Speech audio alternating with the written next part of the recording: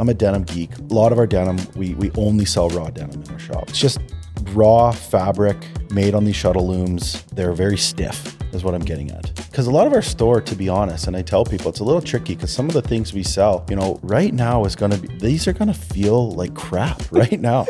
Yeah. And so when you put them on, like they're crunchy, they're stiff, like nothing about them. I'm not really doing a good job trying to sell these things, but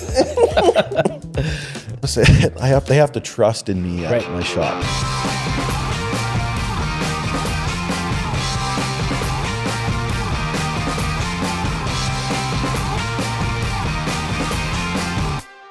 Welcome to another episode of Efficient by Design podcast. Today we have Dustin again as a kind of co-host, and we have Brad Gadd. Is that correct way to say your name? Yep. Brad Gadd. Yep. And you own, operate, and started the Populous. What is the full name of the store? Company? Populous company, Populous. Okay. And you are in Lethbridge, Alberta, which is about, so we're in Summerland, BC, Canada, about 4 hours east of Vancouver, and you are another... We're a good 8 hours. 8 hours east of us? Yep. You got to go through the Rockies, and then you hit the flat stuff. Flat stuff, yeah. Yep. And how far is it from the border to the U.S. border from you guys? Hour. About the same distance from the border then? Yeah. Yeah. Just north of Montana. Right. So yeah, we'll talk through some business stuff, and leather work is a lot of what Brad does. So I actually went on your Instagram and your website because I was trying to, so it's a little context. Dustin worked with Brad for how long? Oh man, I was trying to think of this. I think somewhere around, it was 2 years-ish, 2017. I'm awful with dates. So somewhere in that ballpark before we moved back to Summerland. So there was 2-3 years in there off and on. It was a bit of a rodeo for a while. Yeah. There's 2 sitting ducks after that situation. That's right. And Yeah. So Dustin wears a ton of Populous stuff. I see him at all times. So we had discussions about Brad and his shop and what he's done. But in looking into your Instagram and your website, I looked for an about us page or like mission statement sort of stuff. I didn't find a huge amount. So can you kind of give us the Coles notes on like why you do what you do, what it is that you offer, what your motivation is, when you got into it, kind of the background? Wow, it's a loaded question. It's like 5 questions in one. Dustin and I worked on this a lot. So to answer that in 2 words, I kind of geeked out from an old partner of mine. He was a bit of a why guy. And so he really helped me and pushed me to develop into why we do what we do. And so there were some books and stuff that he always wanted us to read and pushed us. And it kind of put me in a trajectory of really trying to understand why I do anything I do in life. And if that's business or the things you like or whatever. So I spent a lot of time kind of really diving into that, which is a really difficult thing to do, I found. To like really, I'm not really great at articulating things.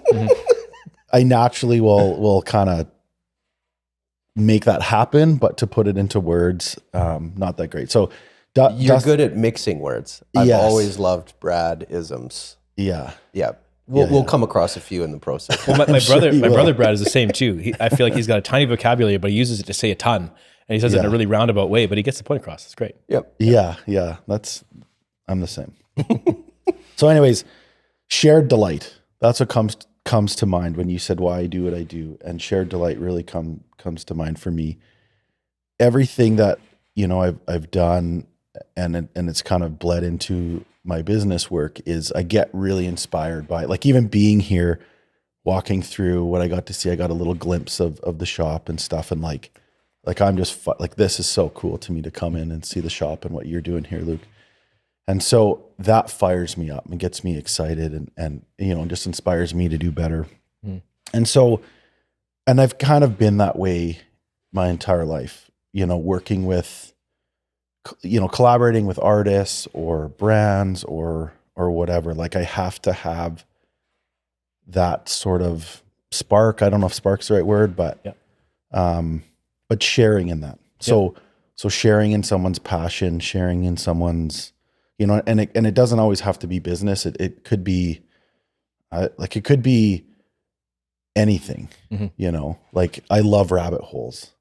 So yeah, like there was a lady that got so excited, and she had this entire collection of like salt and pepper shakers. And I saw her house. We won't go too far into that story, but like I was just like, tell me more. Yeah. Like, you know. So that's what I mean by rabbit holes. But Populous has allowed me to basically continue and work with you know, other like-minded people that we kind of share in some of these values. So what sort of stuff do you sell at your storefront? I guess leather goods is a bunch of it, stuff that you guys make, and then a bunch of other clothing and apparel and stuff. Like I actually started the brand when I was in high school, and I was in like not post-secondary, but I was in art, and I was always had kind of a creative brain, I guess. And me and my crew just kind of wanted to print our own shirts and have our own shirts just for fun. And so I kind of went down that rabbit hole and figuring out how to silkscreen, bought a silkscreen press, you know, kind of printed stuff out of my garage. And we just made shirts, and I literally sold them out of the trunk of my car. And I do remember our high school resource officer. I come out of school one day and her squad car's parked behind my 1983 Cavalier, and thought I was slinging something out of the back of my vehicle because people kept coming up. But that's how we started. We started doing apparel, and did that for a number of years. And that's where a lot of the collaboration started going. I used to do a lot of the designs myself, and then started just working with other people for kind of design work and doing some fun little collaborations that way. And then kind of fast forward, fell in love with leather. I kind of specifically remember leather, like anything leather just had this sort of value to it for whatever reason. You know, like if you picked up Grandpappy's bag and it had like leather handles or something, and people like, oh, that's real leather, you know? Yeah. and so it just always had this thing to me. And an old boss of mine had gifted me when I left his business, this really beautiful like canvas leather bag. And I still actually have it, still use it every day actually. And it just was so meaningful to me, and I just thought it was so cool. And so I kind of wanted to just dive into leather because I just loved so many characteristics about it. I mean, the aging process, the story, you know, story's a big thing in my life. Like I love things that can tell a story, you know, products, people, whatever. So that was a big part too. You know, it's really neat that just like your tool belts, I'm sure you both can be a roofer. I mean, I don't know anything about the construction world, so excuse my ignorance, but you know, like you and I can grab a tool belt and we know that in a year's time, my tool belt's going to look way different than yours. Yeah. It just will. And to me, I romanticize about those stories in products. So that's what attached me to leather, you know. That's cool. And turns out my mom, we kind of tell a little bit more of a romantic story, maybe online, but my mom, I found this old box of my mom's tools, and she used to do some leather work like in school, and she was, you know, in her like 20s or something like that. Did you know that? No, I didn't growing up at all. And so when I found this, I just had this little kind of starter pack, and it was all this like tandy leather tools and stuff, right? That's my first stuff too. Yeah. And it's kind of neat because she had all these magazines from like the 70s and 80s, like tandy leather patterns and stuff like that. But so it's kind of neat. So I actually started just making leather stuff, little key fobs and little leather trinkets for friends. And it was not part of the brand. It was just like, just out of kind of a necessity, as we sort of talked about with your tool belts. Yeah. And I just wanted these things. And naturally, I think the first leather project probably anyone does is usually rather a key fob or a wallet or something to hold your cards. Yeah. And so it just kind of clicked. Like we were still a pretty young brand, and the brand was still really like, I was still working another job. It was kind of just a side hustle. And it really was just an outlet, still a creative outlet for me. Like that's all it really was. And it was cool to like throw some money and just recycle it and buy some more shirts or buy some hats or whatever. But I just fell in love with the craft and wanted to like it. I didn't feel the t-shirt thing, like it was fun doing the collaborations, but it was like, I feel like we can do more here. Like I wanted to do more. And I didn't love the idea, like anybody can just go and buy some shirts and screen a logo on it. And, you know, I'm a company. And, you know, we wanted to try to do something a little bit more, I don't know if custom is the right word, but let's say custom, just something better, I guess. And then that's where leatherwork came in. So now leatherwork is kind of our backbone of really the brand. Sure, we do the t-shirt, hat, hoodie thing. And I've dove into all those areas too of getting specific things manufactured for us and working with some, you know, factories and mills and stuff for that as well. So there is still some of that custom element in that part of the business too, but I have no idea if I answered your question. I just that gives a ramble, but a great bunch of context to it, because it's interesting hearing kind of what your start and just dabbling in something that you have interest in. That's for yourself. Yep. Which is again what I did. Yep. You know, and it probably wasn't for me until 3 years in that I started to feel like maybe this is something other people will actually want, and there's some value here. I struggle with imposter syndrome like crazy. I'm like, I don't have a bloody clue what I'm doing, but I've kind of got this to a point that I'm happy with. And, you know, as a carpenter, I have confidence in my building ability. But even that took me, you know, 15, 20 years to develop a level of confidence that I could stand my ground in a discussion or debate about a building practice and like be fairly certain of myself. You know, always asking questions of that. So when it came to a point where I'm like, okay, I think I actually might have something that other people might be interested in, I'm going to hold that with open hands, with fear and trembling, you know, hoping that I'm not a complete fraud, you know? And then you're like, okay, now I have to sell this. How much do I sell it for? What's fair? What actually allows me to keep moving forward versus like building something, selling it for cost for a buddy. I'm like, well, I actually need to buy more leather and actually buy a higher volume of it so that I can carry on, and I need to buy a new piece of equipment. Like there's if this is going to grow and go anywhere, right? You've got to price things in a way that allow you to move forward, and you don't just lose your shirt off your back. Did you think and know a lot of those things beforehand? Like, were you already like, okay, so you made this tool belt and you knew it's pretty badass, and like, did all those things kind of right away? Like, is that entrepreneurial thought for you? Like you were already, okay, equipment, machine, lights, you know, like, right. Were you building that in right away, or is it more just at the time, at the moment? Right. I don't know. This seems fair.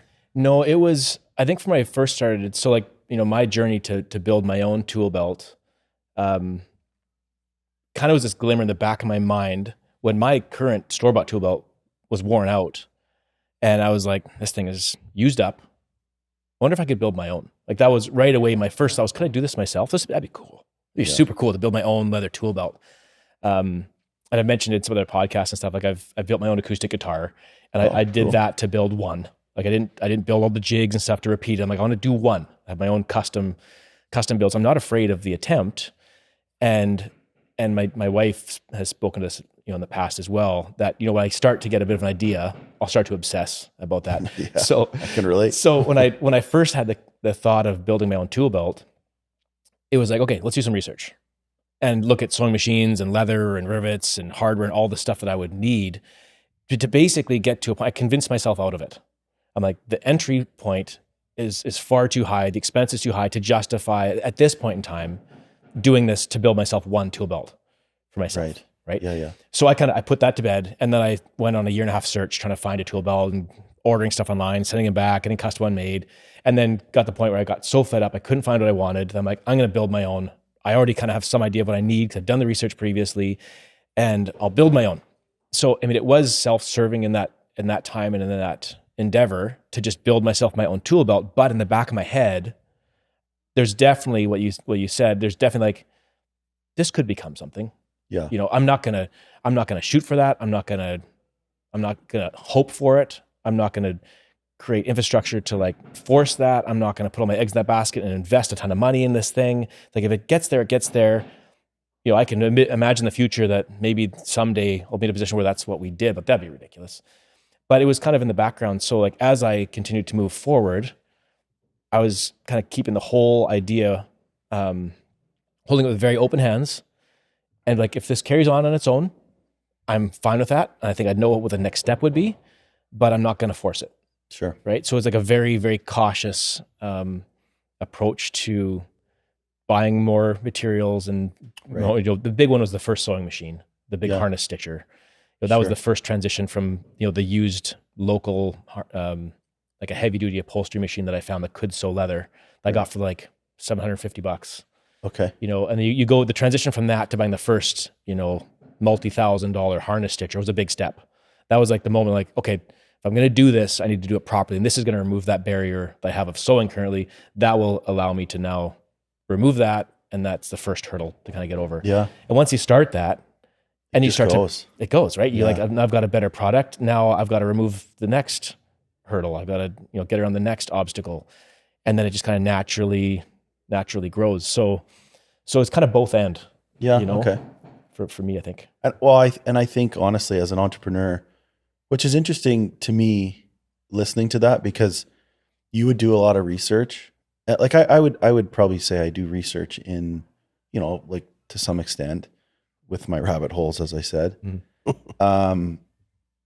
But sometimes if I do too much research, like I almost like to ignorantly go into something, because if I actually know the amount of work I'm going to have to entail, I would, like, you'd be nuts to get into this. Yeah. So sometimes I'm just like, I don't know, like I'm doing this, it's going to happen. And by doing that, and I can sympathize and identify very, very clearly in that I didn't look into how to sew leather. I didn't look into how other bags were made. I'm going to reinvent the wheel, right? I'm going to here's the machinery that will do what I need to do. Now I got to figure out how to do it. So I didn't have a mentor or someone that taught me how to sew. I'm completely self-taught, which meant that through my development phase, I stumbled onto all kinds of techniques that are I've become aware now, those are kind of no-nos, things you wouldn't do and that don't make sense. But because I found solutions to those obstacles, I ended up developing products that other people haven't manufactured in the same way that we do. So everything from how our riveters work and how they're incredibly versatile, and that within pulling washers out and switching out anvils within a few seconds, I can shoot multiple different lengths of rivets with different setting types without having to go from machine to machine to machine. So at one station, one riveter can shoot 5 different lengths of rivets with 4 different sets, and it takes a matter of seconds to switch it over. Switch it out instead of a new machine or whatever. Yeah. So it's some of those things, because I was totally ignorant of the norm, what the industry says, how this works. I'm like, well, what if I did this? I'm like, oh, no one's ever done that before. I'm like, why not? No one just ever has. Right. Well, let's try it. Oh, shoot, it works really good. Cool. Okay. I guess that's our deal now. Cool. So you kind of stumble your way along. And because you don't have that background and expertise, you end up reinventing the wheel in ways that, people assumed weren't worthwhile, and you end up with something unique and special. Cool. It's quite a journey. I think having worked with both of you, I can see a similarity between you both in a willingness to just try something and willing to make a mistake, willing to let something crash. Yeah. But also having that energy to try is something I respect in both of you that I wish I had more of. I'm usually too chicken, and then I'm like, and then I get to the excuse point and I back off and I don't even try it. But to see both of you guys kind of be willing to just stumble around and try, but in both of you, there's also this other experience of having other people join you and contribute enough to get you to the next thing, to get you to the next hurdle, and then another person, and then it gets you to the next hurdle. So the two of you have this ability to, I think, to inspire other people to say, hey, this is where I'm going, and it generates some excitement and creates some gravity. And then other people that you need who can maybe see around a corner that you can't see come in and contribute something and collaborate with you. And I think that I don't even have a name for it, that willingness, that you can call it courage or you can call it naivety.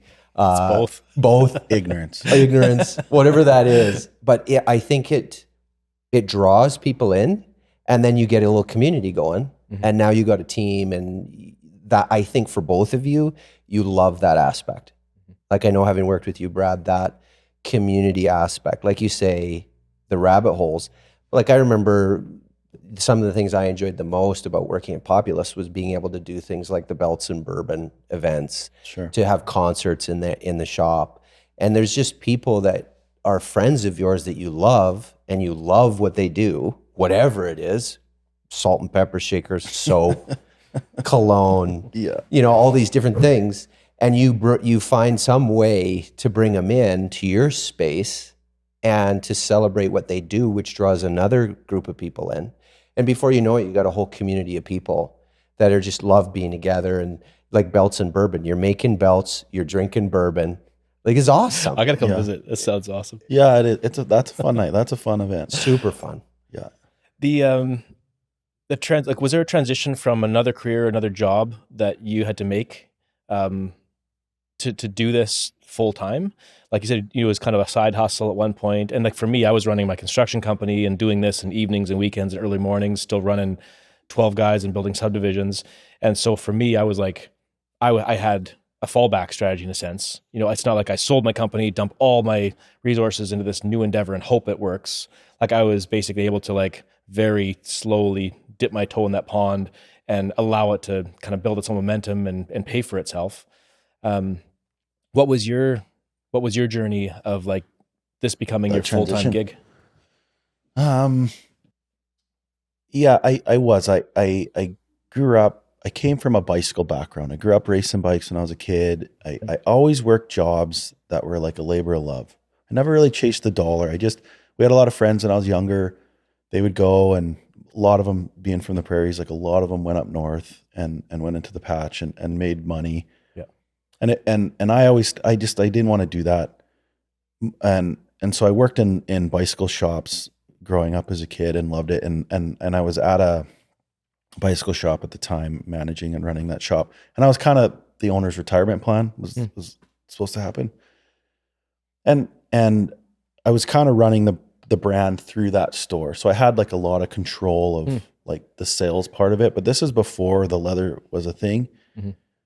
And honestly, just through like a lot of luck, I guess, and I'm sure you could contest, I don't know if luck is the right word, but just meeting the right people, maybe at the right times. I'd met a partner of mine, and he was a customer and was just really excited about the brand and stuff. And we ended up kind of joining, and it put us in a position where there was a business that was up for sale that I was very, not involved in, but I guess in a way I was involved. There was a skate and snowboard shop in my hometown, and I actually there was a little skateboard ramp, and there's a little room, and I rented a room from them, and I had an 8-head silkscreen press, but I could only run 3 of the heads because the room was so small. Anyway, so I was very, like I knew that business. They were all friends of mine, and there was a partnership that wasn't working, and so there's maybe an opportunity to buy into this, and then that's when my business partner, or my to-be business partner, teamed up and we bought that business. That's when I made that leap. So I left kind of what I thought I was going to do. And then kind of like me and this guy were like, okay, we got a business. Like, So it's kind of an all-in transition. Yeah. Like we're done here. Now you're doing this. and I mean, I remember that like it was, everything I've done up to that point was pretty, I don't know if calculated, but kind of easy. Like I never really had like a, holy shit, we got to do this. Yeah. Like this is like, whoa. So, but it puts a fire under your butt and you go and you kind of figure it out. But I was really lucky because we had the two of us. So I had a lot of retail experience. We got the store set up, and then he was going to run the store. And that gave me some time to like really dive into R&D of this leather kind of thing that we wanted to maybe add and really try to figure out the brand of Populous. Like it was kind of to the point where because where we're from is a small enough town, a lot of people supported it. So I'm super thankful for that. But it was like, what's the next step? Like, how do we not just have friends and family buy this stuff? Right. You know what I mean? Yeah. Like I would remember like going to a different city and I would see somebody wearing the shirt and I was like expecting to be like, oh, that's so-and-so. But I was like, oh, I don't know that person. That's cool. And then I was like, oh man, that is so cool. Yeah. And so that's what, like, I was like, what's next? Like, how do we actually turn this into like this non-side hustle? So that when we bought that business, that did allow me the time to really develop and learn, because much like yourself, I was self-taught. Yep. I didn't grow up in like the equestrian world or riding horses, and and where we're from, that anything leather related, that's really where that is, like saddle makers and stuff. Yep. But they're kind of a dying breed, and and a lot of them just do it themselves. It's a private thing. Yep. So I didn't know how to do anything. Yep. But the nice thing with leather is, I mean, you can have some pretty simple tools and you can kind of get some stuff done. Yep. So I just spent, like I would watch these YouTube videos, but half the time I wasn't really even watching what they were doing. I was like what's on the back shelf there? Like, what is that thing? Yeah. What does that do? Yeah. So the tools and stuff, and yeah, same thing. Like I probably had a different perspective of how this would be done versus like if you grew up doing it traditional way, kind of to your point. Yeah. As far one thing, I'm going to embarrass myself a little bit. So Dustin mentioned to me, he's like, yeah, and he Populous isn't spelled properly. He's got a different spelling to it. I'm like, didn't notice. Yeah. I'm that bad a speller. Not a clue. But what is the name of the company, and why is it spelled the way that it is? What's the origin of Populous? Populous. Essentially at the time, keep in mind we were like 16 years old or whatever. But well, how are we? We're probably similar age. How old are you? I'm 38. Okay. Yeah. Oh, damn. Got you by 6 years. Shoot. So anyway, so you're 16. Yeah, something like that. I don't know. Like, I think it was junior high or high school is kind of when I started this little thing. Yeah. But I had a buddy that there's actually 3 of us that we did this when we started. And basically we took the word Populess and we were kind of like, we don't want to follow the sheep here. We don't want to just make something that's like on trend or whatever. We just want to do our own thing. Yeah.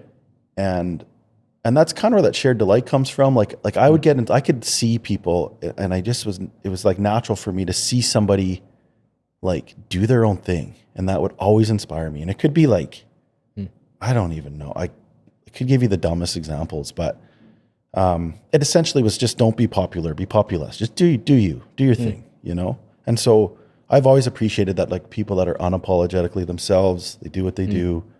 They didn't get into XYZ field because it was cool, or you could just see the authenticity in like what people did. Yeah. And I love that. Like I'd feed off that. So it was just a spin-off of the word popular, be populous. Yeah. And that has led to, in my short time of working with you, led to so many really neat collaborations with people. Like like I remember, I can't remember his name, but one of the many pals that you had in Lethbridge that was a tattoo artist. Oh, Ro. Yeah. Have Ro come in, and I remember us filming him tattooing some of your wallets, and you had this whole series of leather wallets that people could buy that had a total one-off tattoo on it. Yeah. And I remember sitting there and Ro was like, hey, you want to try? And I was so stoked to try. And I, in an instant, was like so respectful and astonished at tattoo artists for their ability to do what they do. Yes. And so terrified of like, I never want a tattoo ever. Because it was it was just a small piece of leather, and I still have it in my bag actually. And I just tattooed a flash like rose. Mm-hmm. And so I followed Ro's example and like drew it out on the leather. And then and as soon as the tattoo gun came on, I remember like I can't feel anything. Oh yeah. The vibration of it, you can't feel the end of the gun touching the leather. Like I'm used to pencil on paper and you have that friction. Dustin is like a legit artist, as you're watching, by the way. So this is coming from experience of someone who's done a pile of artwork over his life. So yeah, it was terrifying. Trying to draw something where you can't feel it. Yeah. And the vibration of the gun was just, and whoever's listening who does tattoo work, you're amazing. And to be able to do that on somebody's body, it's so incredible. And just to back that up too, I have a whole bunch of tattoos and I've never really understood it. And same thing, Rose like, give it a go. I think I tried to do like a smiley face. Like let's just start simple here. And it looked like I did it with my left foot. Yeah. It is hard. I honestly, I mean, I've always had respect for those artists for sure, but I actually didn't know how freaking hard it is. Oh man. Anyways, I mean, Yeah. But that collaboration with Ro was, I remember just being like, this is so awesome. And I can't remember the guy's name who does the hats, the leather hats. It was, I want to say Jackson or something. Oh, not leather. Yeah. Jackson Howell. Yeah. Those hats, again, amazing. And your buddy who builds custom motorcycles. Like there's all these kind of seemingly random inspirations of people close to you in your world that do things that, like you're saying, just inspire you, ignite, and then boom, there's somehow Populous gets in there and there's some collaboration. Well, exactly. I love that. And that's where that shared delight, like it's just so natural to me to see that, you know, or feel it. And I want to be part of it. I don't want to take from it. I guess selfishly I do because it'll inspire me, but like I'm usually really naturally drawn to those people because I just get pretty excited about it. Like I said, walking through here, I'm just like, I have so many questions. What are the highlights of like, you know, a good day at work and a customer comes in? Like, what are like those highlight moments where you're like, you know, they're super stoked, which then like you're super, you know, impressed with the experience and you're happy with what you provided for them. Like, what are those moments for you when someone in the shop, like for me, for context, when I got other carpenters in here. Yeah. And because I've been on the tools for so many years, when someone puts on one of our tool belts, they haven't worn something similar before. And I'm like, yeah, put that on. I'm like, okay, cool. Like, okay, now this tool goes here. I'm like, oh, that fits? Like, oh, that's sweet. I've always hated it. Like, yeah, I know. And check this out. And I put the nail bar in there. Oh, that always rips my pants. Like, that's so awesome. Like, and the stick nails. There's a sheath for your stick nails. And they drop those and like, I gotta have it. Like these are three things I've always hated. And I'm just like grinning ear to ear. So I'm like, I know, I hated it too. You know, so cool. Like that excitement, you know, for me is just like, it's so contagious. And I've firsthand experienced the frustration that they're used to, right. And to provide a solution to it that they're excited about. Like that's super, super satisfying.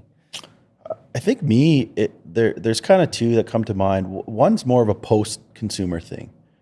And because a lot of our store, to be honest, and I tell people, it's a little tricky because some of the things we sell, you know, doing our denim and the boots, like right now these are going to feel like crap right now. So like sometimes explain that first. Because like this is a world I'm unfamiliar with. Okay. We'll start with denim. I'm a denim geek.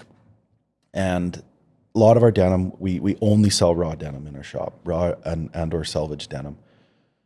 For those of you guys who don't know, it's just raw fabric made on these shuttle looms, and they're very stiff is what I'm getting at. So if you go buy denim today, they've been through all these sort of like acid wash cycles or chemical wash cycles, lots of water, blah, blah, blah. So for me, that like you just took like years off your pants to make them feel like pajamas. Yeah. And so I'm glad I'm not wearing jeans right now. But I also get it. So like a lot of times there's a lot of education in a lot of the stuff that we do and we sell in our store. And especially because we're in a smaller town. So like raw salvage denim, these are terms that people are like, huh? Like, what? Yeah. And then I start talking and they're just like, I just want to buy a pair of pants, man, chill out. But when you put them on, like they're crunchy, they're stiff, like nothing about them. I'm not really doing a good job trying to sell these things, but the neat thing, and again, going back to that story, is like if you and I bought the exact same pair of pants, in like a year's time, our pants are going to fit and look totally different because it's a raw fabric. It'll start to like kind of mold and form you and break in. And if you carry a phone in this pot, like you'll see all these kind of details. Yeah. So I get a bit of the opposite. They have to trust in me at my shop in a lot of this stuff. And we do have like a bit of a wall of like all of our friends or my own denim on the wall, and you can kind of see and feel and touch, and you can kind of understand like, okay, like trust me, you don't have to wear these cardboard pants like forever. Yeah. Yeah. Not all our pants are that way, just for all the listeners, but a lot of them are. And so I guess that trust is pretty cool to see that. Yeah. Boots are the same way. Like anybody who's ever owned like a full grain leather boot or I mean, we're in Canada. Anybody's bought new hockey skates, like they suck when you put them on. You got to break them in. Yeah. So that trust is kind of cool, Yeah. you know, when you get a lot of people trusting us. But really what I get really excited about is kind of more that testimonial, like somebody will send us a picture on Instagram and be like, here's my wallet 8 years ago. And like, it's fun to see because some of them, like probably like you maybe didn't have certain equipment or whatever. And you're like, oh man, that's like a Gen 1 or a Gen 2 thing. Like, and you're kind of like, okay, cool. Like, you know, we've moved on. And our stuff is pretty simple. Like simplicity is a big part of philosophy for how we design our stuff, but that's cool to me, you know? And then prior to doing leather, I thought it was super cool just to see people in the wild in our gear and there's no connection. Yeah. It wasn't like, oh, I like kind of know him from high school or something like that. It's like, I don't know. I just thought this was super cool or, you know, like I don't do it anymore because I'll probably get canceled if I do. But a lot of times I'd like go up to people and ask them, oh, like, where'd you get that shirt? Tell me about it. Like, just to try to get like a real opinion. Yeah. Yeah. That's awesome. And it wasn't like, oh, I saw it at the thrift store and it was $3. So I've had both of those. That's really funny. Someone was wearing one of our, this is back from my construction days, my Akribis construction. We had a bunch of, you know, shirts for the crew and you give some out.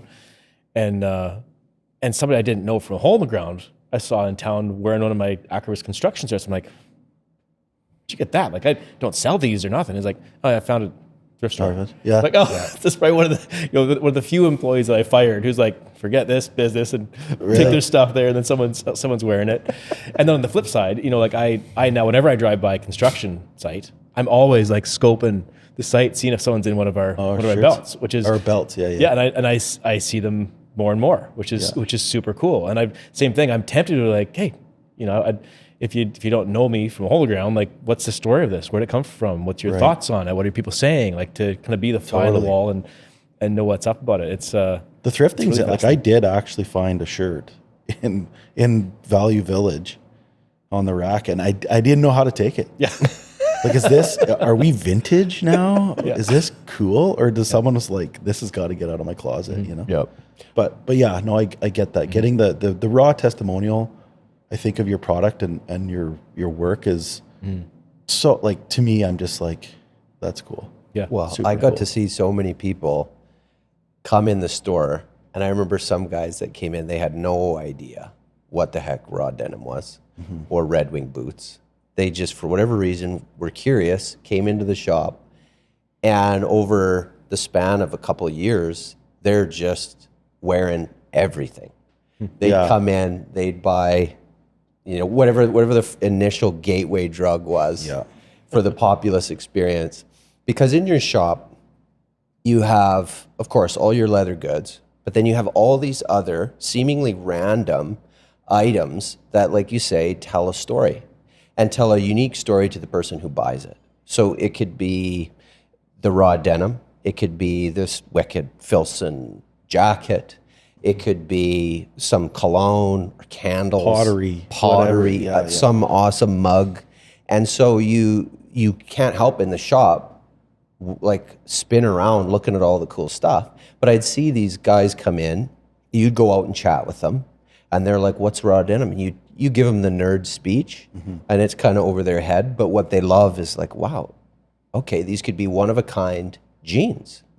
And they go for it, they buy them. And then they send you photos. They come back in wearing the jeans, and they're excited, and they buy the boots. And pretty soon, you're taking a photo of them outside the shop because they're in the tuxedo. They're in the tuxedo, the denim tuxedo. Tux, But I loved that because it was people kind of discovering that they could shed the whole fast fashion nonsense that they didn't even know they were sick of. Right. And be able to enter into something really intentional where they could go, man, I love the ability to tell a story with the jeans that I buy or the boots. Right. And they fall in love with it, and they can't wait, in a sense, they can't wait to buy the next piece, and somewhat annoyed that they last so long. Right. Because you want to keep buying more pieces. Yeah. So it was fun for me to see people fall in love with that and enjoy that experience. And it's impacted me ever since working there. And I just actually went through my closet and just chucked like pretty much everything. I'm down to like 2 pairs of pants. Yeah. And I just need to be able to get to Populous and go pick up the pieces that I need. Well, and we were talking about it a little bit before, just to kind of sidetrack a bit, Dustin, but it does connect, I would say, as we were sort of chatting, just the quality aspect of things. And I worked in an industry before I did Populous that was very fast fashion, and it just felt so gross. And the whole industry was just constantly just stuffing brands and these things. And then nowadays, with the way information travels so quick, like a lot of these kids that, we were maybe selling to, these brands we were selling to, by the time they even reached our store, like they were almost over it and there's already another new brand. And really it was all the same shit. It was all the same crap, different logos, and it was still expensive too. Like and as I dove into that whole fast fashion textile world, I was just like, man, this is horrendous on our planet, and just it's just a gross thing. And that's what really, I had to make that transition. Like there was obviously some other factors that Dustin and I went through that pushed me to what I'm doing today specifically. But when I got out of that industry, I wanted to build something that, like, I mean, we're all going to wear clothes. We all consume things, but like, how can we do it better? And that's how that fewer, better things slogan came up with our brand. But I wanted to kind of jump on here and just say, cause I actually don't know the price of your stuff, but I could imagine what it is. And having that conversation with our customers, cause like I've had this conversation with lots of customers, and maybe you have too, that, oh man, I would love to have that, but I can't maybe afford it or whatever. But I kind of would argue that maybe you can't afford not to, because as we were sort of chatting earlier, it's like, going and buying 6 pairs of Nikes or whatever it is a year, or Vans, or whatever shoes you're wearing, or whatever, maybe, I don't know, PV Mart tool belts you've been buying, and you blast through them every season, or like you actually just spent more money and you just wasted 7 pairs of shoes that are now in a landfill, or whatever the case is, where you could have just done it once and you could have done it right. Also understanding, like, yes, okay, dropping $1,000 on a tool belt when I don't even know what's a PV Mart tool belt worth? Like, oh, you can buy like $100, $50, $30-$40. You can buy it dirt cheap. And it's leather, right? So people are like, well, this is leather, that's leather. I don't know. So, and obviously, you and I could go down rabbit holes in that whole thing, but I really think, like, obviously I need people to consume for my store to exist. But I think naturally we will. And I think there's a better way to do that in our life. And I kind of bite my tongue saying this a little bit, because all my friends, because of my store, like sometimes Mr. Fewer Better Things over here has lots of better things. So I gotta kind of reap what I sow a little bit. But I do think that's important. And that is a big factor. And it's probably, like you, why you got into doing this, because I remember spending quite a bit of money on this leather belt. And at the time it was like, I don't know, over $100. And the thing lasted 6 months. And then as it was cracking, I could like rip it into 2. Yeah. And it was like the super thin leather that was real leather, but like, I don't even know, like half an ounce, like an ounce thick. Yeah. And then sewn together with some synthetic stuff in there. And I was like, I just paid like $140 for this. This is a piece of crap. Yeah.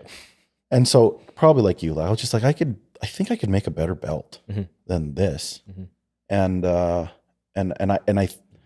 think that is important. I think changing the way people buy and think about, and I would say that shift is happening. Like I could see it in friends, and I can see it in people, and a lot of people are maybe asking more of those questions. I guess in my world that I'm more involved in, but just even generally with friends and stuff, people are like, I think a little bit more conscious, and I appreciate that, and I hope people continue that. Think about where their stuff is from, how it's made. Versus just the number. Right.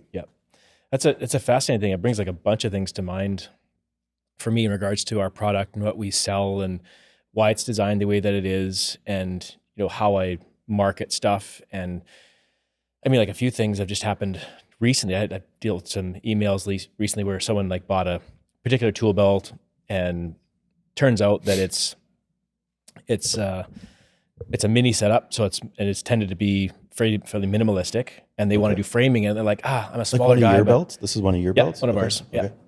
And turns out they're like, I should have bought the B Max instead of the B Mini, so it's a smaller version of it. I'm like, totally get that. It comes down to how you work, your build, how many tools and fasteners you carry. Like, it's not, you didn't make a wrong decision. There's maybe a more suitable belt for you, and it's not out of the question if you need to, because you've been wearing it for a few weeks, that you couldn't resell it locally. That wouldn't be bad, and buy the one you want. And he was like, well, I'll probably keep it, and I'll just get the B Max as well. And I'm like, great. I like that. Yeah, it's good. It's good for business, but at the same time, I'm like, for me personally, just like you say, fewer better things. Well, and tool belt, in the realm of tool belts, I've got a wide range of better things for myself personally. I might have 5 different setups that I have for the different tasks that I do, and I'll grab the appropriate one for the task at hand, Right. and it suits me perfectly and performs perfectly in that scenario. And then when I'm doing something, if I'm framing, I'll grab a different setup. So it's nice where people see the value in it, and this isn't like a one size fits all. Here's one product that does everything. Right. Like, no, this is somewhat specialized. We have certain products that kind of will do a decent job of everything, but then you can get specialized and have particular products that will serve you super well in this particular area. And as you can afford it, it's great to kind of add to your collection. Sure. And then you'll have a wide collection. And on the flip side, I also am very strong with people, like, don't spend money that you don't have. So I get quite regularly, I get requests from people, do you offer payment plans for your stuff? Yeah. And well, from a marketing standpoint, from sheer making money, I'm like, hey, that'd be a smart move. Yeah, you can buy our tool belts, you can make 4 or 5 payments over the next few months and pay it off. Do you do any of those apps, like the Afterpay or the No. And I've actually, for me, with my own kind of conviction, I'm like, I've intentionally not even gone down that rabbit hole, because I want to foster in people a characteristic that they can develop self-discipline to save up for what they need. Yeah, cool. Like, don't add one more payment plan to your list of payments on your card where you've got your snowmobile and your sled, you got your quad and your side by side, all your junk that you're making payments on, and you're living like a rich person with a ton of debt and payments. Like, no, save your money when you can afford it, buy it. And our product might not be for everybody. Sure. And that's okay. Yeah. If people have a list of priorities, that, for instance, I want the lightest setup I can get. Well, not leather then. Yeah. There's high-end, good fabric belts that will last a good long time, and they're lighter. If that's your main priority, that's fine. To each their own. No hard feelings whatsoever. If you want to mix and match and throw our bags on another manufacturer's belt because it gives you the fit that works for your body and it helps your shoulders, like, great. Yeah. Like, I'm genuinely for the customer, because I was the customer, right? Like, that's my motivation. So I don't want to be complicit in people developing bad habits and taking on debt, not spending money they don't have. I want something that people get to actually suit the way that they work. When people come into the shop and they look at, or on the website, and you look at the names of all the products, people are drawn to like the max versions of our products, the most expensive stuff. And honestly, I try to downsell people all the time. I'm like, what do you do for work? You don't need that. That's it's a huge setup. It's got way more storage than you need. It's going to get heavy. Like, the product that costs half as much that we sell is exactly the same quality. It's going to be lighter. It's more streamlined. It's going to suit you better. You don't need all that. So get what you need and nothing more. If you want to add to it later, fine. Have you guys as a company, because we're starting to get it with our denim, and I almost don't want to ask this, because I know when people ask me this as a business owner, I'm like, oh, here's another faucet that I need to like wrap my head around. But like call it a resale, or fostering like a resale of, let's say you were a roofer and something happened and now you just have this, you just don't use it anymore. Like, is that a potential thing maybe in this business? Like, have you guys got to that point where maybe you have customers that like, I'm not in the field anymore? Mm-hmm. Is there like I know Filson used to do this too. Like, they used to have some of their bags, and they had like Filson would, I don't think they do it anymore actually, but they would foster like a used Filson bag and do like a resale program. Right. There's nothing that we do ourselves. Or However, would there's you like, even want to get into that? That's the other thing. yeah, I mean that, there's, just thinking on my feet that there's a potential, someone brings in, a used up setup and they would get a credit for it, put it towards something else, and then we'd resell it as a used product or something. Right. Like that's all possible. But like even right now, it's probably a year ago it came up on Facebook, and it's like Akribis Leather fan page, and it's like this online market other people have created where they cool. have their own steps and they sell them and they talk about them, and it's So it's so already weird. there. It's already there. So it's weird, Cool. and it's really weird to go into that. When I came across it, I'm like, what is this? Like I can be a member and come in. I'm seeing people talk about their bags, what they use them for, and I'm doing this now, and I've got this one. I'm looking for this one, and people are swapping stuff, and Cool. this whole like Community. market, this whole community Cool. where people are asking questions and finding out different little hacks for the bags and trade and stuff. So it's really, really neat that it's happened organically on its own. And from what I've seen so far, like virtually everything's been positive. Good. And when people do, make a negative comment, usually it's like, yeah, it's crazy heavy. Like, what did you buy? What did you use it for? How much stuff did you put in it? Right. Okay, well, for starters, that's not how I would recommend setting it up. And for what you do, that's not ideal. And in the end of the day, if you are, again, your first party is lightweight, then there's other options you can look at. No hard feelings. Yeah. That's totally fine. For sure. So yeah, it's kind of nice that that's happened organically on its own. Then leave it that way. Leave it alone. Yeah. If that's already Keep it happening, simple. then let it be that way. Which kind of like, that gets me into another topic, which is like, what products do we offer? And what is the cost in adding a product to the product line? Sure. Because we get asked for all kinds of stuff all the time. And our product line now in regards to the trades world is fairly diverse. Like there's, people like, no one ever makes a tool belt for a plumber. I'm like, well, have a look at these bags. These are like carpenter bags, but you put these together in this way and they should do everything that you need them to do. So when people say that, do you make a bag for so-and-so trade? Like, well, what tools do you carry? Send me a picture of your tools. I'm like, oh, these 2 bags will carry everything. Oh, great. So you do have a plumber's bag. Like, no, we have enough models that we have bags that will carry your tools. Yeah. So our product line is fairly complete. There's still a variety of things I want to add, but I do get requests for stuff that is a little bit more specialized that we don't offer. And you have to weigh out, okay, is this actually a product I do want to add to our lineup because is there enough need for it? Or does this stay on the fringe of what we offer and it becomes what we would basically do in our custom builds? So for instance, the way that our online store works is that our online store is now staying open, so people can buy any stock product at any time. But then on the first Wednesday of each month, our online store opens in a different way and it gives access to about 60 custom spots. So people can get a different color scheme, they can get laser engraving done, they can actually reconfigure where the parts and stuff are on their bag. So they have access to like, I'm a mixed handedness. This is a really weird one it's way more common than I thought it was, where guys swing their hammer with their right hand, but they write with their left hand. Okay. Well, that's super bizarre, super weird. And as soon as you do that, your tools are all screwed up. Sure. Right. So for us, for instance, like you always use your rafter square for squaring lines and doing rafter cuts. You use that in the opposite hand, you carry your pencil in. Right. So all of a sudden now the rafter square slot is on their right side with their hammer, which completely changes the designs of the bags. So we have built this whole custom feature into our website where we take on a set number of orders each month and people can customize them. Now, some people, they're like, I want an extra loop here. Like they get somewhat vain about it. It's a custom bag. I'm doing whatever the heck I want. And we kind of have boundaries to what we offer too. But the reason that we have the custom option is so that people who actually have a need for a particular layout can get it.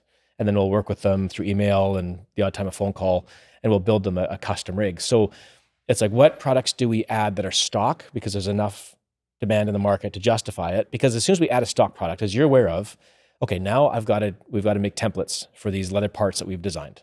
I have to send those away and get dies made for our presses to punch those pieces out. Then I have to make Lexan templates and instruction manuals and train staff and develop this whole infrastructure on the back end just to repeatedly produce that part the exact same way.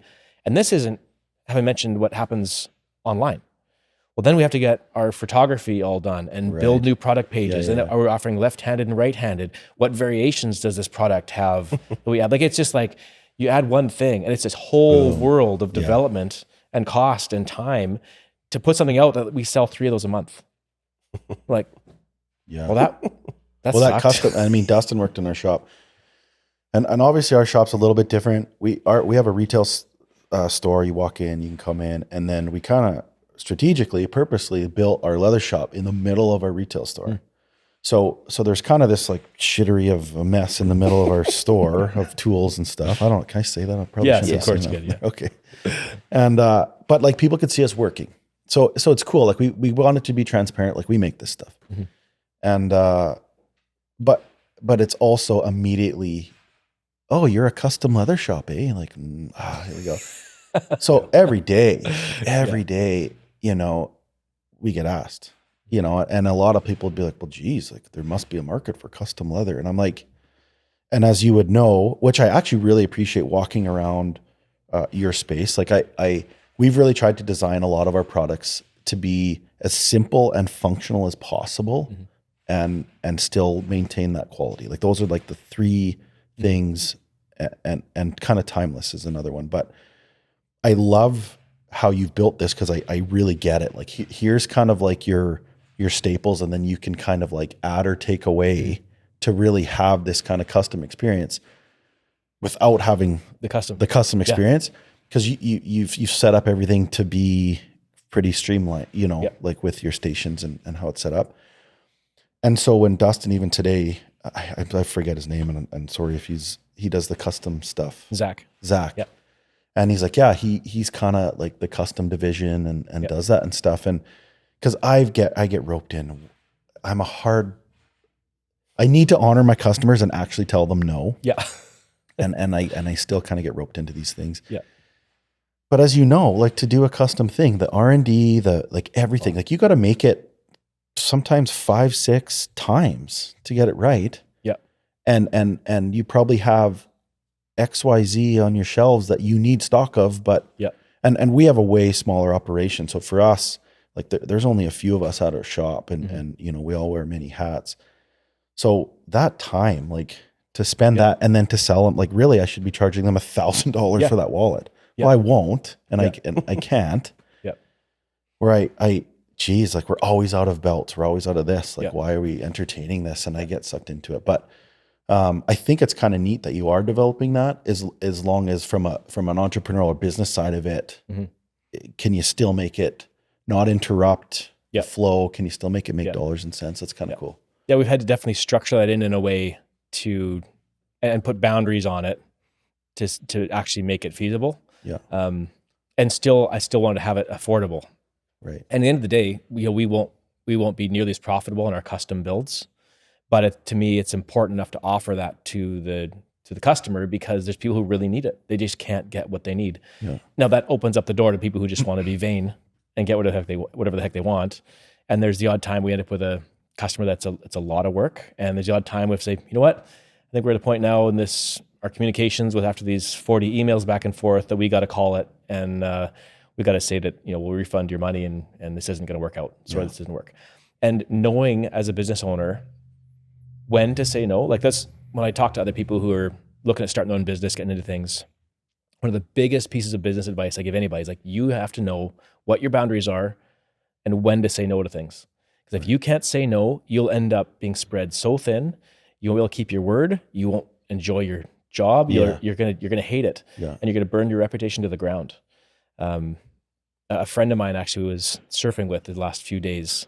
Was talking about he's building a house, and the electrician that he ended up getting on the job promised him the world, and then wouldn't show up, and it's just completely screwed his entire timeline for his project because he couldn't say no when he should have said no.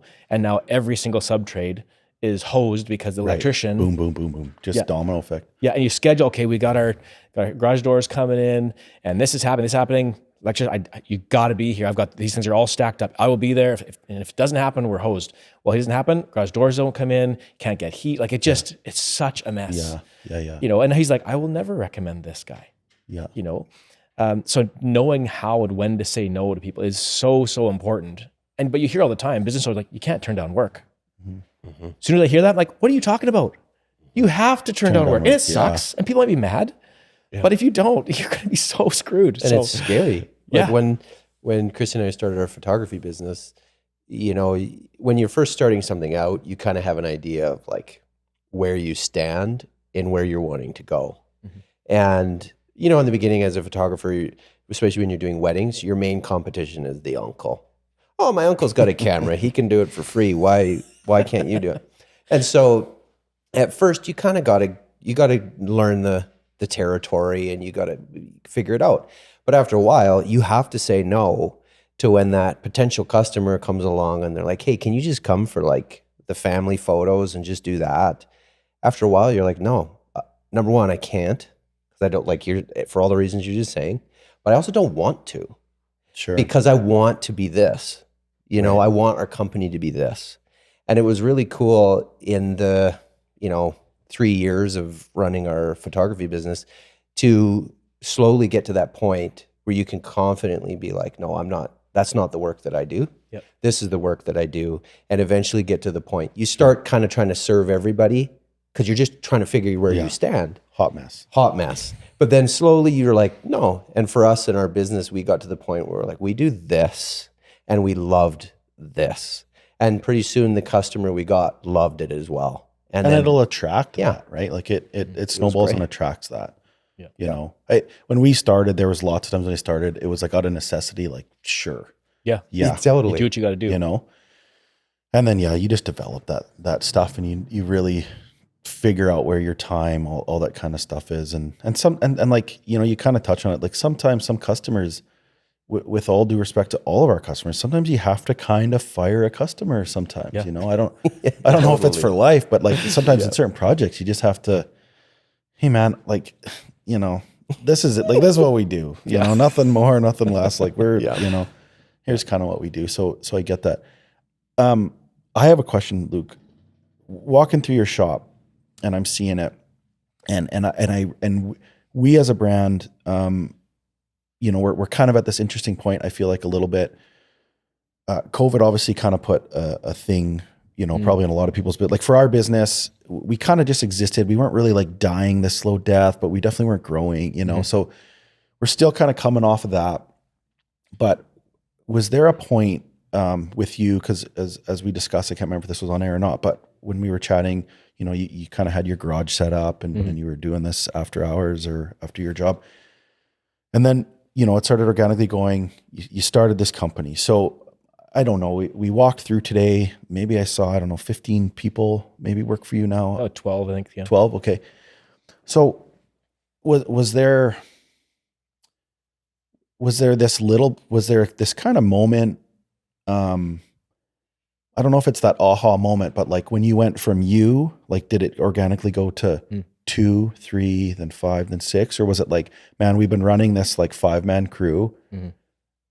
Like we as a brand, we're too small to be big and we're too big to be small. Like we're kind of and so like there's a lot of our guys right now, we're wearing a lot of hats and I also know that's just not efficient, like to be efficient, to kind of focus our roles and do it. Yep. But not all the time, the sales or whatever can back or justify like, oh, hey, here's our marketing department. Here's our shipping and receiving. Here's manufacturing. Here's R&D. Like, and it's super cool for me and Dustin. Like I said, we walk through and it's like, like here's this, here's shipping, here's custom, so cool. And we're at a point with my company, like, when do we do that? Like, did you have my question is, did you have a point where like maybe, okay, here's the big picture is exactly what I want. And we need, X, Y, and Z, and X, Y, and Z is going to cost this. So we need to raise this capital and we're going to just go with that and take capital from somewhere. Or was it all like just the orders were coming in and it was all there and we just had to? Does that make sense? Yeah, it was a super organic journey for me. And again, this is the thing I touched on in a podcast previously. Maybe it'll be depends if we slot it into the shows, maybe it'll be a future one. But there was a moment on a job that kind of speaks to a lesson that I learned, which basically had to do with a couple of my lead hands when I was framing. And at that point in time, I was head honcho of my company. I made all the decisions. I micromanaged everything, had a great crew, but everything came through me. Like no one else made a call. And a homeowner at one point, after I'd sent a couple of guys out to their to their project, called me back after they'd done some back framing and stuff. And thanks so much, guys did great. It's awesome. Do you know that your guys are terrified to make a decision, hey? Oh, well, and inside I was like, well, damn right. I'm their boss. I make the decisions. Is kind of what I thought, for a split second in the back of my head. But right away I felt guilty. I'm like, oh shoot, I have done my guys a disservice by making sure that and this kind of comes out of my own security in a sense that I've got to make all the decisions because it's my name on it. It's my company. Right. If anything's wrong, it's got to be my fault. I don't want to be fixing a mistake that my company's responsible for that one of my guys made, So there was this moment where I had to kind of shift gears. I'm like, if I want this thing to grow and want to keep moving forward, I actually have to start stepping back, empowering my guys, deal with the consequences that are going to suck sometimes because they're going to make mistakes I got to pay for. Sure. I'll have to have the odd hard discussion with the customer.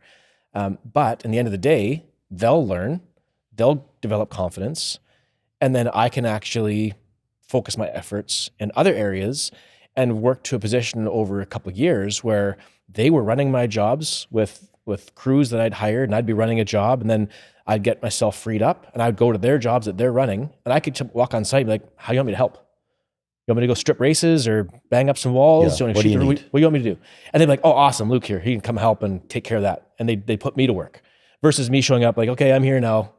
I'll take the plans and finish layout. You can go start sheeting, and that was a huge transition for me to build into the company in a way that was sustainable, shared the load, and freed me up and ended up being better for everybody. But that took a ton of humility and a kind of a risk on my part to be willing to go through the potential crap that might come as a result that I wasn't in control of. Right. So that was a lesson I learned, quite a few years ago. And so with the leather company, and because it was kind of running parallel with my construction company, and I was, I got to the point where I'm like, in the beginning, I'm taking orders. Is your construction company, sorry to cut in? Is it wrapped up? Yeah. Done. Okay. So this is 100%. About 2.5 years ago, Okay. we wrapped that up, and that's a whole nother story, but it kind of, it's really, really cool how that all kind of tied up in the end and how things finished. But yeah, this is all that we do now.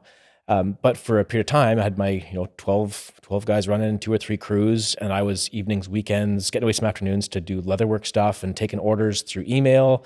And I'm doing all the sewing, I'm doing all the cutting by hand on my floor at times. I'm building them, I'm shipping them through Canada Post website, doing it all myself. Got to the point where I'm like, I need some assistance because in order for this to grow anywhere, I'm maxed out. I can only do this many orders at this point. So then one of my employees, my framers, had shown when I first bought my first sewing machine, I was going to build leather tool belt. He's like, what are you doing? I'm like, I'm going to build my own leather tool belt. He's like, oh, I've always wanted to do leather work. I'm so jealous. He was so jealous of this. And so the time came where I'm like, I could use some help. I went to Joe, what do you think about kind of phasing out of, or even working part-time with me in the leather shop? Oh, I'd love that. Okay. So it's the 2 of us. We had one sewing machine and 1 riveter, and we kind of tag team. And so it's the 2 of us kind of doing that together. And then I slowly ended up taking him on full-time. And then my brother started coming in and helping out. And so we slowly started to kind of build a crew to work in that realm. And then I was doing all the shipping and still a ton of sewing. And then we got to the point where that just kind of grew and grew and grew. And we ended up maxing out my home shop with 5 people. And I was doing all the shipping, all the custom orders, all the communication. But I had, 3 or 4 people that were doing the cutting and the assembly of all the products. And then I got into this building because we'd outgrown that space. And then I got to the point, I'm like, I'm now at that position where I can no longer do all the communication, do all the shipping. I have to start delegating out responsibility. That has been my responsibility exclusively. So there's a moment where I'm like, I had Dustin's wife, Christy, that works in the back, where I'm like, the next phase of this business is me starting to pass off my responsibilities. Yep. So what do you think about taking on more of a management role in the back of the shop and kind of helping supervise and take care of stuff? And financially, was easy to do? Yeah, because the way it worked out is that basically some of her tasks, she would just not sew quite as much and start taking over some of the other things, then adjust pay. So it was a very organic, slow shift, and there wasn't any time where I had to take a bunch of capital or dump a bunch of money into it. I basically took the people that I had hired and shifted them into other roles and trained them up and passed on responsibilities. So basically I took Christy and she started taking over kind of more of the human relations stuff and safety stuff and our safety meetings and kind of management of the employees. So kind of more of a management role. I ended up taking Nick, who had framed with me back when I was framing, and he came in as a sewer, and then I started training him up to do shipping and slowly passed that over. Sure. And kind of then he was the shipper. So he'd ship like right now he's probably shipping 2/3 of the time, sewing 1/3 of the time. And then the most recent one. Are you always very transparent with your employees of like, we're always trying to develop roles in our company. So with him, like in his job description, is it like, you're shipping with support of sewing? Yeah. Or is everyone kind of like, I'm just kind of here to help? Like, yeah, no, we defined that. There came a point where it's like, Christy was the first one to create that position and to kind of define those responsibilities. And we're still working to like, build out job descriptions more specifically as we kind of, because it's so new, we don't know what that position is going to fully entail. It's like, it's this for now. And then we'll kind of keep that open-ended. We'll kind of define that more and more. And the bigger they get, the more official things become, the more you have to define those specifics. So there's no gray areas where it's like, well, whose responsibility is that? I didn't think it was mine. Is it yours? And then there's discussion and difficulty. So we continue to try and define that more as far as roles and job descriptions. But yeah, with Nick, for instance, it's like, hey, no, we're going to take you on. I'm going to adjust your position and, your pay stuff, and you'll become the shipper. And you'll have the support of this person, and you'll communicate with this person, and here's how the website works, and train them up on that, to the point that, now if I have to go do a day of shipping, I'm like, Nick, how does this work? Yeah. I'm no longer the expert in that realm. If I sit down at a sewing machine now, there's, half dozen people that can sew circles around me. Sure. They're way quicker. And then the most recent one, which is a difficult one, was passing on the custom stuff. So I'm like, here's what I have built, what I have done, and now I'm passing on that communication to somebody else, who Zach is also, he's not a tradesman, he's not a carpenter. So I've got to kind of like educate him in that realm to the degree that is necessary for him to interpret people's requests. Yeah. And keep an open door with him. Like, you come and talk to me anytime that there's something new that we haven't done before that's outside there, asking about a tool you don't know what it is, like, I'll take part in that. But in passing on communications from him, and then in the storefront, most recently is bringing in Dustin, because he's done work with you and storefront stuff and retail, which I have no experience in. So this guy's a Swiss Army knife. It's great, yeah. So again, now I'm in the storefront, having passed that on, and through this whole process, I've also been the builder. I've been the laborer. I've renovated the entire building by myself and sided it and flooring and done all the work. Right. So I'm on the tools all the time, and I basically, as of about a month ago, wrapped that up. And then I brought Dustin in, and he's kind of taken over the storefront. Cool. So now I've kind of worked myself out of the production space, out of the shipping, out of the management, out of the custom orders. And now I'm passing over kind of the storefront that we've kind of developing together, and he has way more expertise in it. So now I'm like, my afternoons are spent assisting him in the storefront, working with customers in here. Mornings, I'm like doing lots of computer work and communications and paying bills and stuff. But I'm starting to like, what is my next phase? What is my next... Right. What is my job description going to look like? And I look forward to, like, as I get freed up, let me jump back on a sewing machine. Let me be a laborer. Yeah. Get back in there and sew some more and kind of take part in that again. Because it's a weird thing to be now finished on the tools. The space is done. We're doing podcasts now. This is a whole new part. So it's been quite the journey. But there wasn't any like moment where there was like this big scary shift. It was all like, everything that we have purchased and done has come from the profit that we've made and been reinvested in the company. Okay. Over and over and over. The only debt we've taken on is the purchase of the property, which we got for a song because it's a piece of junk. And then it's beautiful in here. I told Dustin, is this a new building? Yeah. And then he told me, but anyways, yeah. So that whole process of then, making it look new, of my own, sweat equity and put it all together. So yeah, it's been quite the journey, and it's been very organic, and it's basically been just reinvestment of profit over and over and over and over. Yeah, cool. To get the place now where it's like, okay, now it's kind of like it's settled, it's kind of done. What's the next chapter? Yeah. I find it, and it's really cool to hear you say it. I find it, and this is a thing that probably any entrepreneur, any business owner, I find it so difficult. I grew up playing sports and stuff, and I played some leadership roles in those sports, and I'm like a trenches guy, like I kind of want to be in the trenches with them, and I lead that way. Yep. what's really difficult from a business perspective, it's not natural for like talking to you and seeing your shop. You can tell you're a pretty systematic guy, you know, and I love systems. I'm not necessarily great at creating them. And I had a business partner at the time that was really good at that. Like he was a very systematic guy. I'm way more of a creative guy. Mm-hmm. And so we thought there was this brilliant marriage of like systematic and whatever. And it ended up kind of putting me into this little box that I didn't want to be in, and it didn't work. But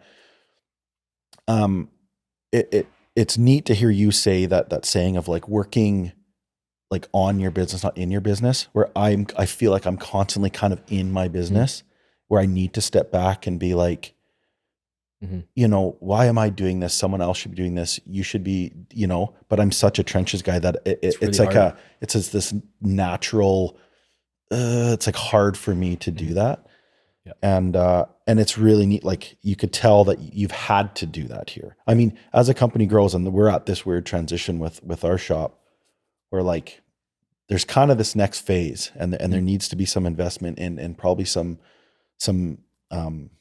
extra people and some roles maybe divided up where, you know, I feel like it's like, we can't afford to, but maybe we can't afford not to, you know, like maybe we need to go and do this. And our business is very similar in the sense of everything's been very organic, you know, like we haven't just, you know, jumped off a cliff and sent it into this, you know, direction. And those seasons, like the one that you're in, but you're not sure how long that season's going to be till the next door opens up. And that opportunity is, you're like, I've been looking for this, waiting for this. And now the opportunity's here. Yeah. You said earlier about how you felt very lucky through your process. And that's one thing that I kind of push back on. And I do believe in luck and chance, but I also, one of my favorite sayings I've talked about before is from The Incredibles. This quote says, Edna Mode says, luck favors the prepared. Yeah. I was just going to say it. Luck is when, preparedness meets opportunity. Yeah. So you're looking at your situation, you're aware of what would be helpful at the moment. And then you're sensitive to when that opportunity opens up in front of you. Oh, this is that thing. And I'm not going to like grab a hold of it. I'm going to like open the door a crack and start moving that direction carefully and see if that, you know, gains this momentum and works out. And with that in mind, you know, luck favoring the prepared, I've ended up being very lucky. Now, I also feel like I could have been way more prepared. And I've kind of stumbled myself forward and been legitimately lucky, you know, for sure. But when you're like from the days of framing, you know, a flooring company and framing company and leatherwork, I never set out to do any of this from the beginning. It was like, here's an opportunity presented in front of me. Seems interesting. Let's just kind of step into it cautiously and carefully and see where it goes. And what got me to here. And now this comes up and it's just one thing after the next. So what would you say, like, why do you do what you do? Like, why are you, you know, why did you transition? Obviously there was a need, you know, and there was a passion for a belt, but like, and I also know that's a very loaded question. If you asked me this 6 years ago, I'd be like, I don't know. But do you have a why to why you do this? Like why you transition from tools, you know, call it in the trenches, doing the work to creating products to do the work. And now you're not doing that work. Right. My favorite word over the last few years is stewardship. Okay. And that applies to every aspect of life, whether that's being a dad and a husband, to friendships and all of that.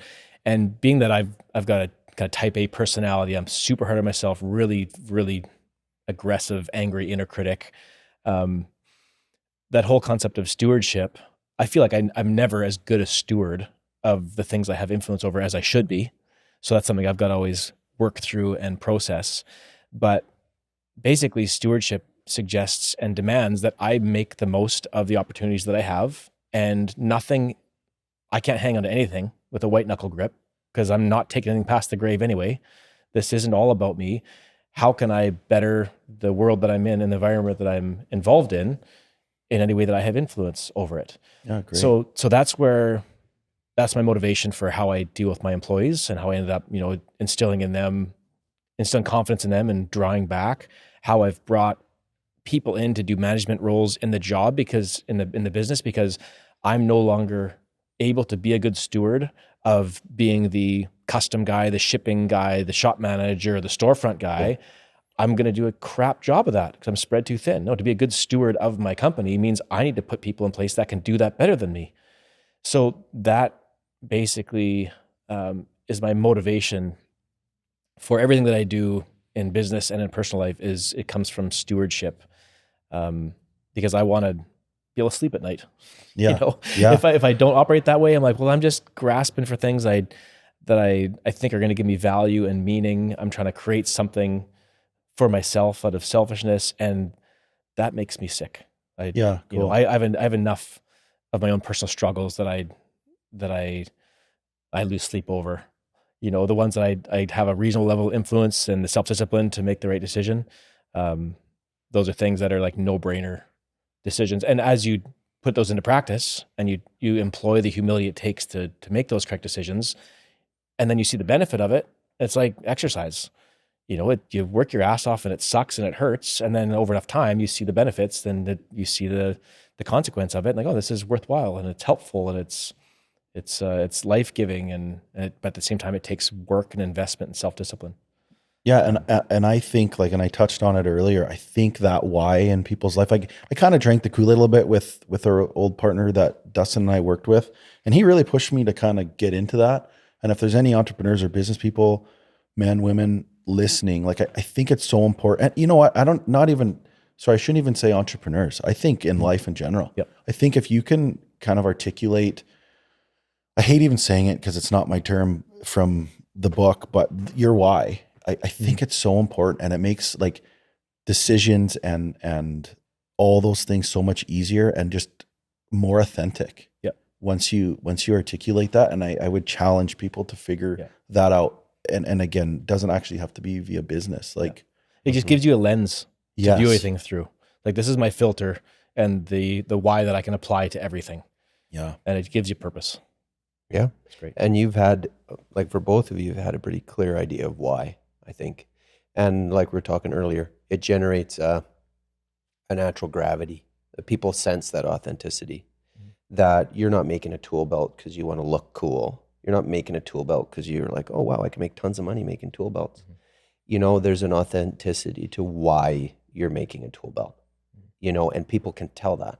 When they come into the shop and they put it on, usually there's a bunch of expletives and it's obvious a framer made this, right? Like they're so excited. Yeah. It's not just some company off and who knows where. Because they could or can. Because they It's can like, make money. Yeah, we would have some similar tools to make belts, or tool belts, but Yeah. yeah, I do not want to make a. No. No, and it's the same too with like, you know, when we were working together and being able to make products that tell a story. Yeah. And having the ability on the prairies to tell the story of what's so beautiful about that place and that culture, and to put that into your product, and then to see people resonate with it, you know, and see whatever's on that t-shirt, whatever's on that, you know, tattoo style on that wallet, to see that story and have it resonate with them and go, yeah, I want that. I resonate with that narrative in my life. And I think that authenticity of being able to communicate your why comes out in both your guys' work, and people sense that. And when they resonate with it, they want to participate somehow. And we've had guys come into the shop over the last few weeks. We've only been open not even a month. Mm-hmm. And that's typically the narrative, what they talk about. Even the guys that come in that can't buy something in the moment, they just want to be here. They want to be around it. They want to touch it. They come in, usually everybody's like, oh, it smells so good in here, which they used to do at Populous all the time, right? And they just want to be around it. They put the tool belts on. And then one guy just felt so bad because we spent, 45 minutes helping him figure out stuff, try stuff on, assemble a belt this way, that way. Right. And then he's like, yeah, this is exactly what I want. But I can't buy it. I feel really bad. And he just was like so apologetic.